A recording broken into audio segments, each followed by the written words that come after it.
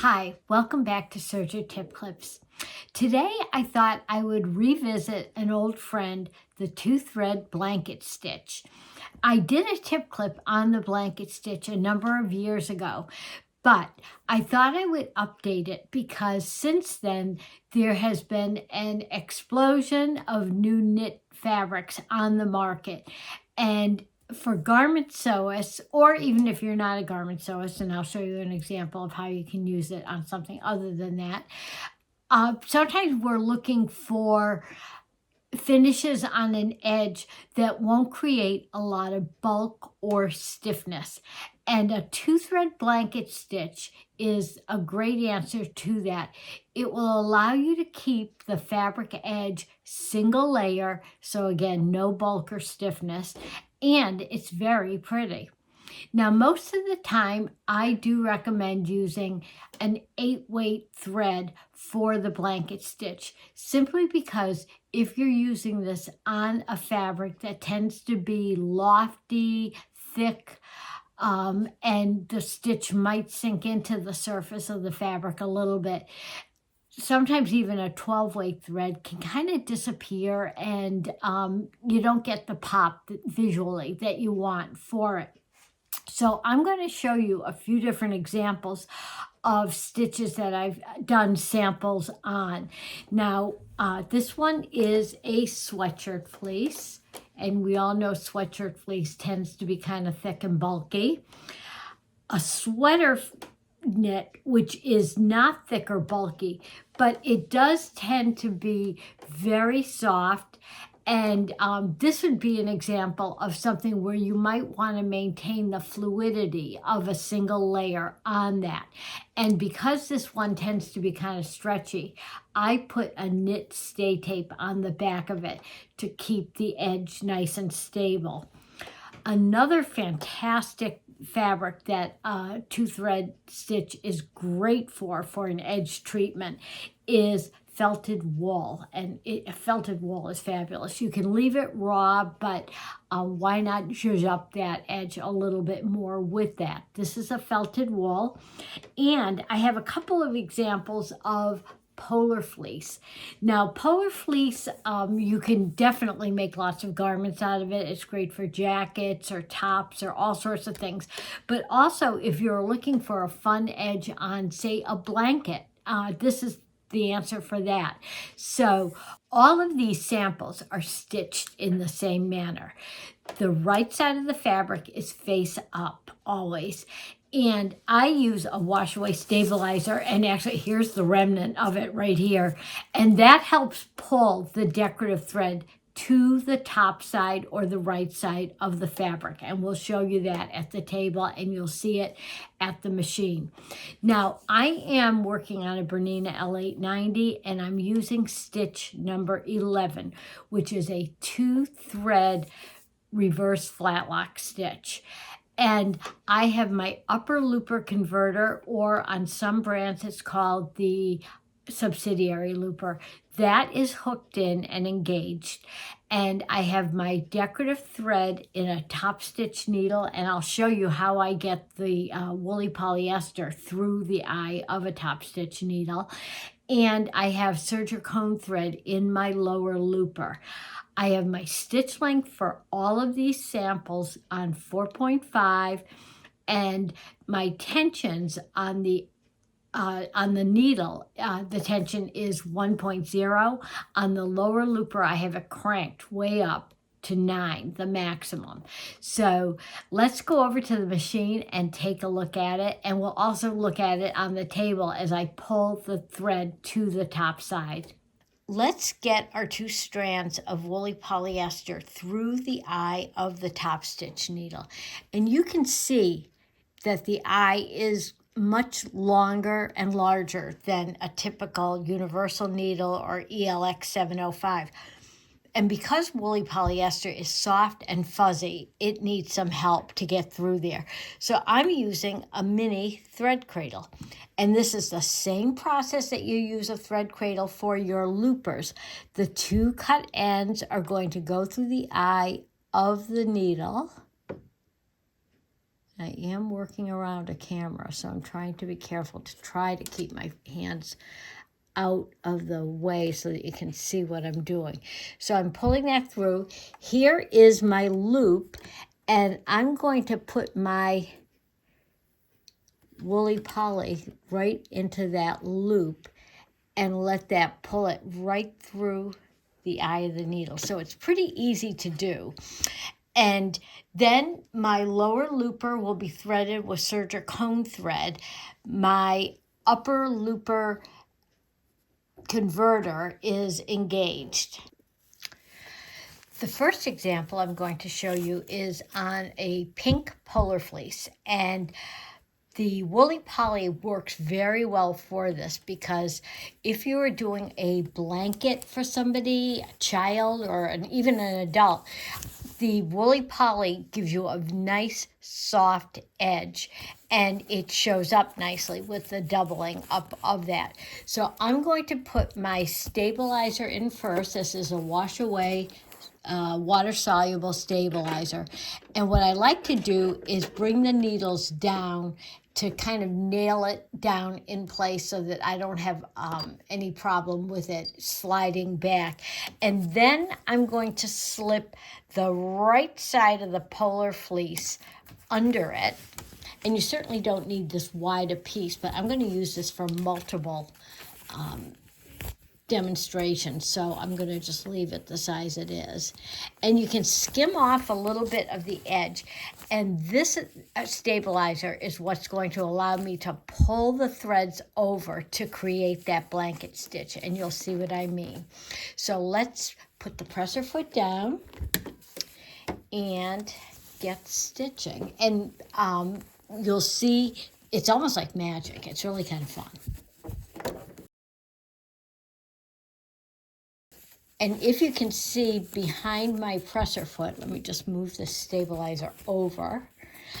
You can see the needle thread showing up right now on the top, and that's part of the reason we have the stabilizer.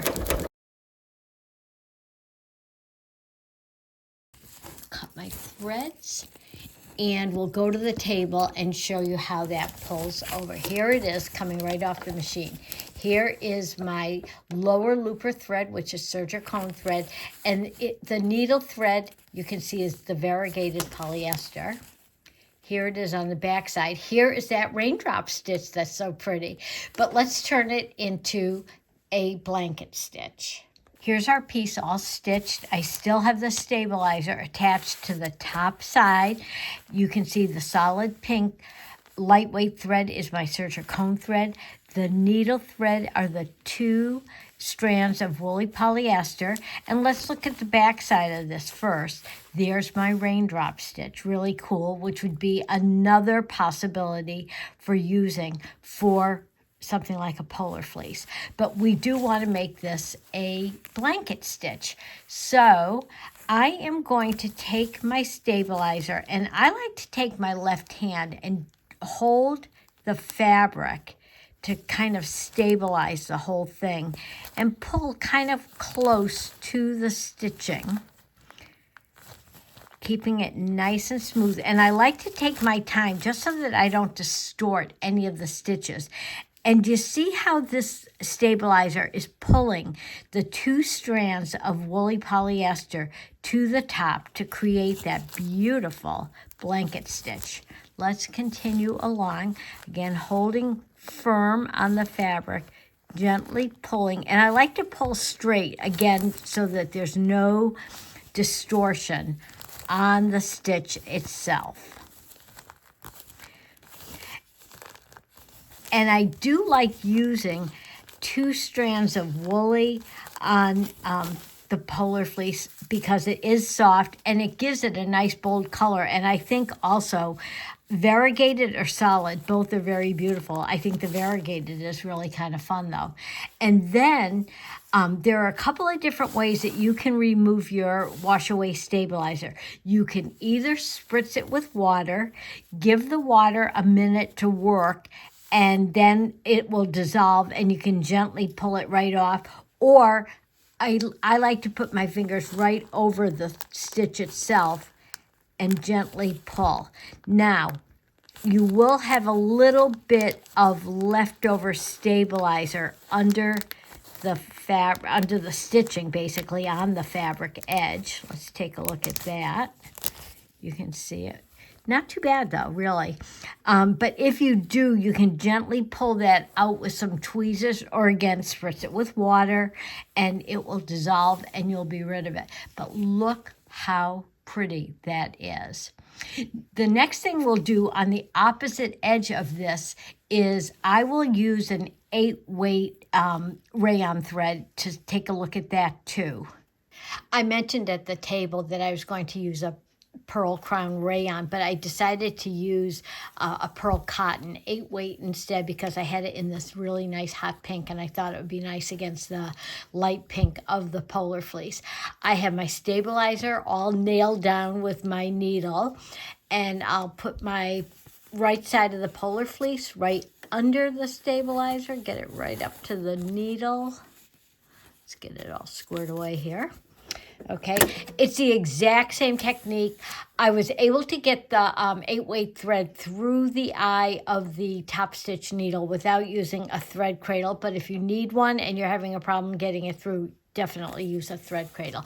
So all of my settings are the same. I have my left needle tension on 1.0, lower looper on 9.0, stitch length on 4.5, and I am going crosswise on polar fleece, so I think I'll tick up that differential feed a couple of notches. Let's put it up to about 1.3, and I think that should help prevent the stretching on it.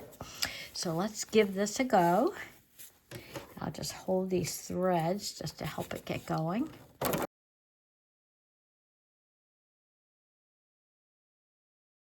Okay. And let's go over to the table for the big reveal. The light thread is my lower looper thread. The bold thread with the straight stitch is the pearl cotton, the 8-weight. Let's look at it on the opposite side. Again, here is our raindrop stitch. That stitch number 11, the 2-thread flat lock, is such a cool stitch. It can be turned into 4 different stitches. But for this, let's make this a blanket stitch. And I'm doing the exact same thing.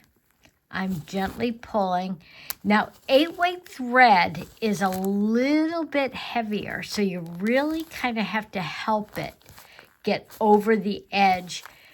And if you find, like what happened right here, that your stabilizer tore before you could pull the threads over, what I suggest is really almost keeping your fingers on top of this just to give it some help. But you may even need to use 2 layers of the stabilizer for strength to pull it over.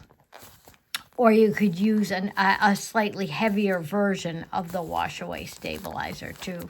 That would work also. Let's work it down. But I do like the boldness of the 8-weight threads because they don't tend to sink in and disappear on the loftier fabrics like a polar fleece that's very soft and fluffy in nature. So here we have our incredibly beautiful blanket stitch with 8-weight pearl cotton thread. I'll just take this off and we'll do a photo of that. Let's take a look at this on some felted wool. This is such a beautiful fabric to work on.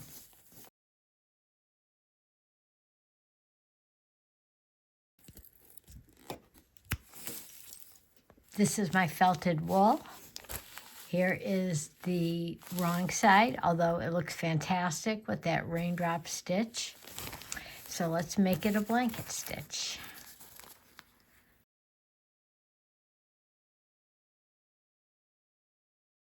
And I'll get this stabilizer pulled off and we'll take a look at it all finished up. Here it is on the felted wool. And felted wool is so fantastic, especially if you live in a chilly area. Here's the back side of it. Now, sometimes what I wanted to show on this is that sometimes because this tends to be a little bit denser type of fabric, the edges might curl under just a tiny bit, but you can kind of encourage them to flatten out with your fingertips and then give it a press toward the cut edge with your iron, but just lift and press motion as you go along.